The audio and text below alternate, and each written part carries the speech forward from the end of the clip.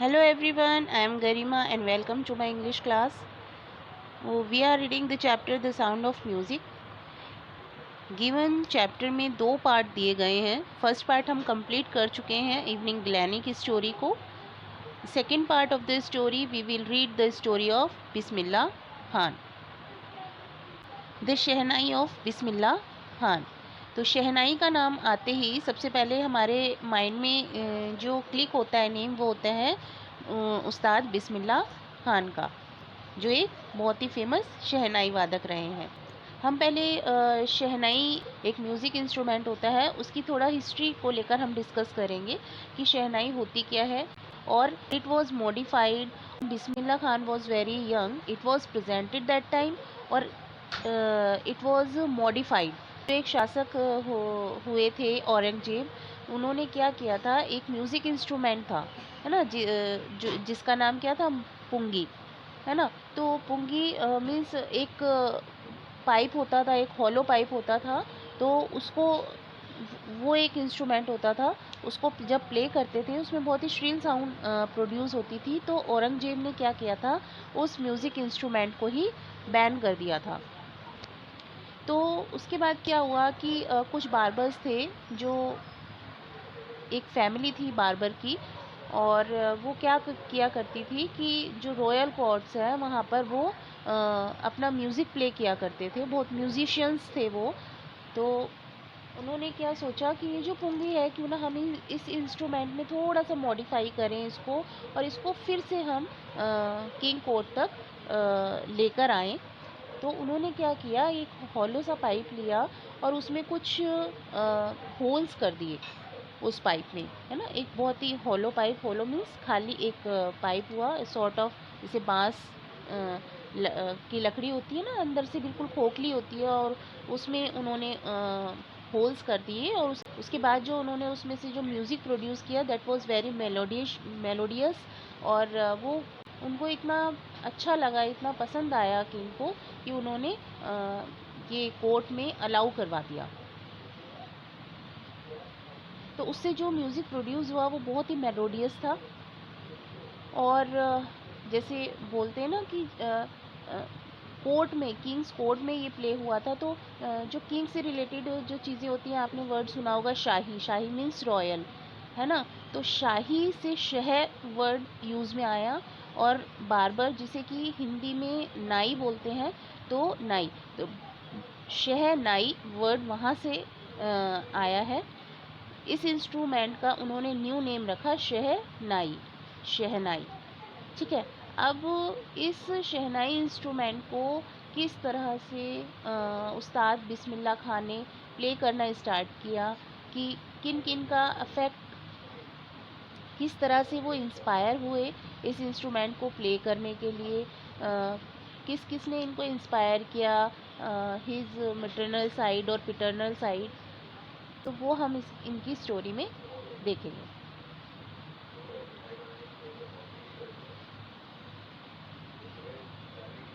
Think of the Shehnai and the first thing you will probably imagine is a wedding or a similar occasion or function.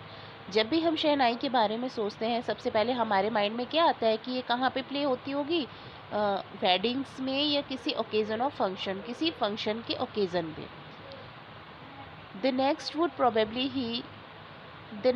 Probably be उस्ताद बिस्मिल्लाह खान. और जो second thing हमारे mind में आनी चाहिए, वो क्या आनी चाहिए, Ustad Bismillah Khan, the shehnai maestro. Maestro means master, playing this instrument, जो कि इस इंस्ट्रूमेंट को प्ले करते हैं. Emperor Aurangzeb banned the playing of a musical instrument called pungi in the royal residence, for it had a shrill, unpleasant sound. अब जैसे हमने पहले ही डिस्कस किया था, जो एक औरंगजेब थे, एम्परर थे, उन्होंने इस म्यूज़िक इंस्ट्रूमेंट को बैन कर दिया था, जिसका नाम क्या था, पुंगी. और बैन क्यों किया गया था, क्योंकि इस पुंगी में से एक बहुत ही श्रील यानी कि अनप्लीजेंट साउंड क्रिएट होती थी, प्रोड्यूस होती थी, इसलिए इन्होंने इसको इंस्ट्रूमेंट को ही बैन कर दिया था. Pungi became the generic name for reeded noise makers. Reeded होता है wind instruments which have reeds like the flute, मतलब कि एक ऐसा हॉलो इंस्ट्रूमेंट, मतलब अंदर से खोखला टाइप एक इंस्ट्रूमेंट, उस जो भी इस तरह के इंस्ट्रूमेंट होते थे उन सब का एक ग्रुप, जिसका नाम ही क्या रख दिया गया था, रिडिड, जो कि एक नॉइस प्रोड्यूस करते थे। ठीक है, तो जो पुंगी थी वो भी इनमें से एक थी। Few had thought that it would one day B revived is come back. तो कुछ लोग ये सोचते थे कि ये जो पुंगी इंस्ट्रूमेंट जो बैन हुआ है, इसको फिर से रिवाइव्ड होना चाहिए, फिर से आना चाहिए एग्जिस्टेंस में।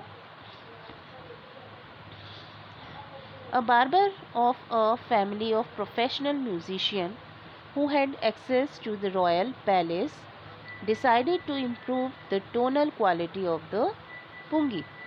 एक बार्बर फैमिली, एक नाई की फैमिली, जो कि प्रोफेशन से क्या थे, म्यूजिशियंस थे, और म्यूजिशियंस थे तो उन्हें रॉयल पैलेस में जाने की मतलब अनुमति थी, वो वहाँ पर आते जाते रहते थे। तो उन्होंने क्या सोचा कि ये जो पुंगी है इसका जो टोनल क्वालिटी है, टोनल क्वालिटी मतलब जो इसका साउंड है, उसको चेंज करके हमें इसे दोबारा से एग्जिस्टेंस में लाना चाहिए। ही चूज़ अ पाइप, उन्होंने एक पाइप को चूज़ किया with a natural hollow stem that was longer and broader than the pungi। तो उन्होंने क्या किया, एक पाइप चूज़ किया और उसमें होल किए, जो कि जो इंस्ट्रूमेंट पुंगी था जिसको कि बैन किया गया था उससे बड़ा भी था, है ना, और उससे काफ़ी चौड़ा भी था, ब्रॉडर भी था। And made 7 holes on the body of the pipe, और उसके बाद उन्होंने क्या किया, उस पाइप में 7 होल्स किए। When he played on it, closing and opening some of these holes, soft and melodious sounds were produced। और जब इसको प्ले किया गया तो क्लोजिंग एंड ओपनिंग प्ले किया गया, मतलब कि जैसे आपने देखा होगा फिंगर्स को जब हम फ्लूट भी प्ले करते हैं तो फिंगर से हम उन होल्स को कभी ओपन करते हैं, कभी क्लोज करते हैं, तो उससे क्या है, एक साउंड प्रोड्यूस होता है। जो एयर इस तरह से ओपनिंग एंड क्लोजिंग के थ्रू जो जो एयर पास होती है उससे बहुत ही मेलोडियस साउंड प्रोड्यूस होता है। तो उसी तरह का कुछ साउंड शहनाई को प्ले करने के में प्रोड्यूस हुआ। He played the instrument before royalty and everyone was impressed। और जब इसको किंग्स कोर्ट में प्ले किया गया तो everyone was impressed with the sound of shehnai. The instrument so different from the pungi, the instrument that was played in the king's court was very different, had to be given a new name, and it have to be given a new name, that is Shehnai। And how this name come to into existence, let's see।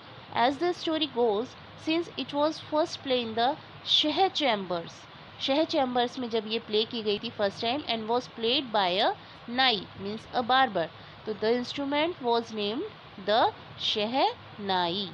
Shehnai. The sound of the shehnai began to be considered auspicious. और जो sound produce हुई शहनाई से, इसको बहुत ही auspicious लिया गया। Auspicious होता है प्रॉमिजिंग टू ब्रिंग गुड फॉर्च्यून, जो कि मतलब लकी हो, मतलब एक ऐसी साउंड जो बहुत ही ऑस्पिशियस हो, बहुत धार्मिक हो, बहुत ही अच्छी गुड फॉर्च्यून लाने वाली हो, to bring good fortune. And for this reason it is still played in temples, और इसीलिए इसको कहाँ पे बजाया जाने लगा, टेम्पल्स में। And in indispensable component of any north Indian weddings, और नॉर्थ इंडियंस की जो वेडिंग हुआ करती थी उसमें बजाया करता था, क्योंकि ये गुड फॉर्च्यून लाने वाली होती थी। इन द पास्ट, अच्छा ये हम तब तक की बात कर रहे हैं जब तक कि शहनाई को जो एक नेम, एक फेम जब तक उस्ताद बिस्मिल्लाह खान जी ने नहीं दिलाया था, उससे पहले की बात यहाँ पे कर रहे हैं कि ये टेम्पल्स में और वेडिंग्स में प्ले होती थी सिर्फ। In the past the shehnai was part of the नौबत और traditional ensemble of 9 instruments found at royal courts।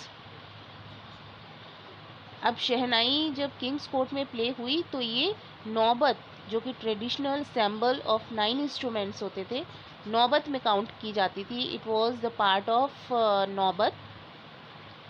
नौबत होते हैं, नौ means 9,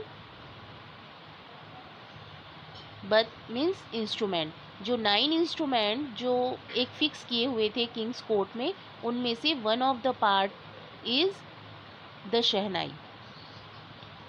till recently it was use only in temple and weddings. तब तक ये सिर्फ टेम्पल्स और वेडिंग में प्ले हुआ करती थी.